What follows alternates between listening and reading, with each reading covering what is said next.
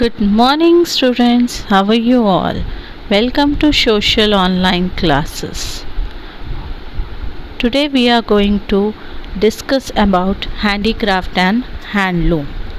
So, students, in part 1 we have seen how Pullaya used to make the baskets and how he sell each basket for rupees 20.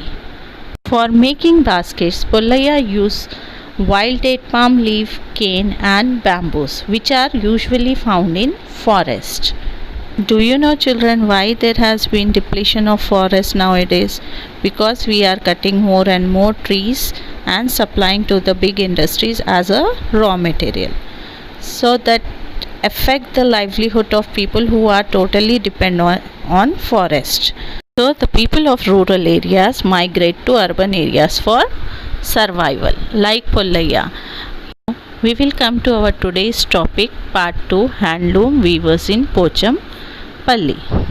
Do you know, children, Pochampalli is a small town in Yadadri district in Telangana.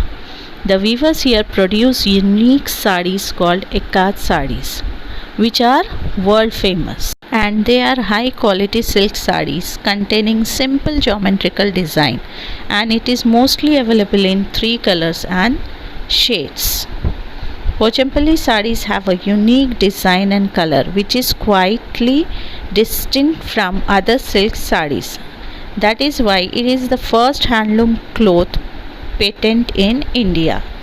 Do you know, children, what material we required to make this saree?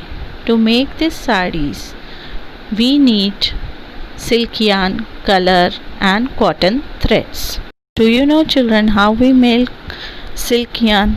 We make silk yarn from silkworm, which are mostly grow in mulberry leaves. Rearing of silkworm is taken up by small farmers, and cotton is produced in farms and it is made into thread either in factories or a household craft.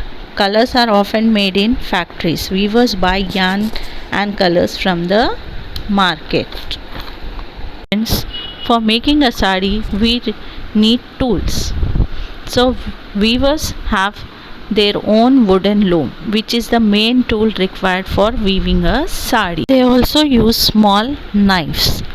For making a sari, we have to know the design to weave the sari, because if we don't know the design, we can't weave the sari. So children, if we want to weave a beautiful sari, then we should know the design of the saris. So these designs are marked on a special sheet of paper with specific notations. So weavers follow them without making error. Error means without any mistake. Understood? Now we will see the stages of weaving a sari. So students, there are different stages of weaving a sari. So first we have to prepare the yarn. Silk yarn is wound on a bobbin. These yarn are then marked with the design. So these marking of the design help the weaver to identify what color need to be dyed into which part of the yarn. Dyeing the yarn is a long repeated process. Each color need to be dyed separately and dried one after the other. Only when the coloring is completed, the thread can be used for weaving. So first we have to complete the coloring, then only we will start weaving the sari. Understood? Now students, we will see how the dyeing yarn process will take place.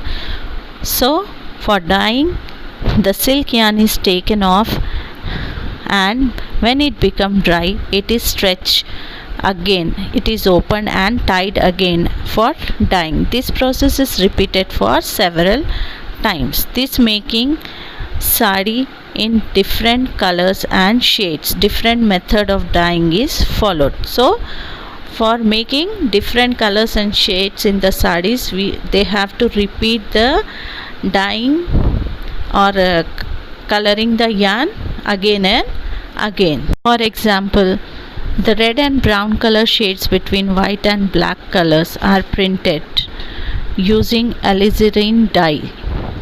For this, the yarn is first soaked in a mixture of castor oil and alkaline earth, then dried, soaked again, dipped in alizarin paste, and finally boiled till it become red. So like that only, for brown shade, iron filling are added to the color. Dissolving iron filling in vinegar produce black color. So like this we will make different colors using different methods in the sarees.